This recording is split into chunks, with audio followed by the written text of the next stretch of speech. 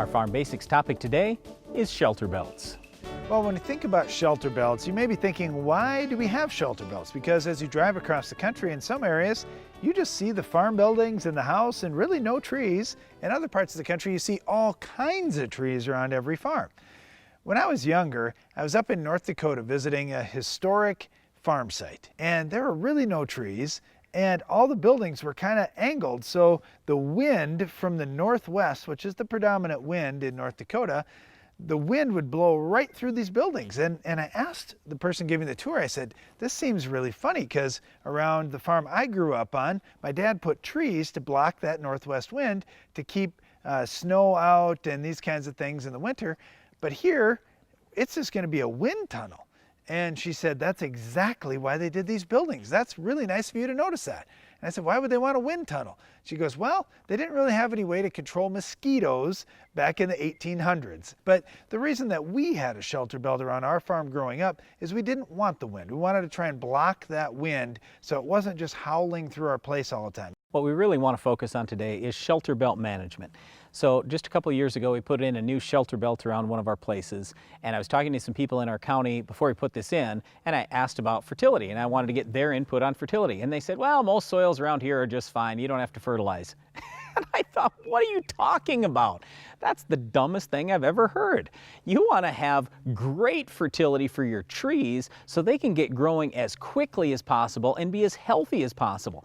Because we're going to talk also today about weeds, insects, and diseases in that shelter belt. Well, I can promise you this, if you've got a much healthier tree, it is much more tolerant to weeds, insects, and diseases.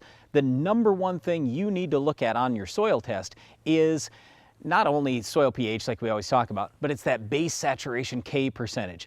Just think about how much potassium it takes to raise a good stalk for corn, soybeans, or wheat. It takes that much more for a tree. Just think about the girth that you want in that tree trunk. We want 7 to 8% base saturation K. So what we did after we soil tested, we put 1,000 pounds of potash out there on this ground. This is your one chance when you put that shelter belt in. Yes, it's possible to put fertility out later on. So you can certainly fertilize after the shelter belt is in, but it's just harder to get it down into the ground because potassium, phosphorus, they don't move much in soil. It's just going to take a long time for them to get down to the roots. So what I'm trying to say is before you put a shelter belt in, get the P and K right, get your soil pH right, get all those micronutrients taken care of right up front, and then you're going to find that you're going to have a lot more early growth, a lot better survivability, and a lot better long-term future for that shelter belt.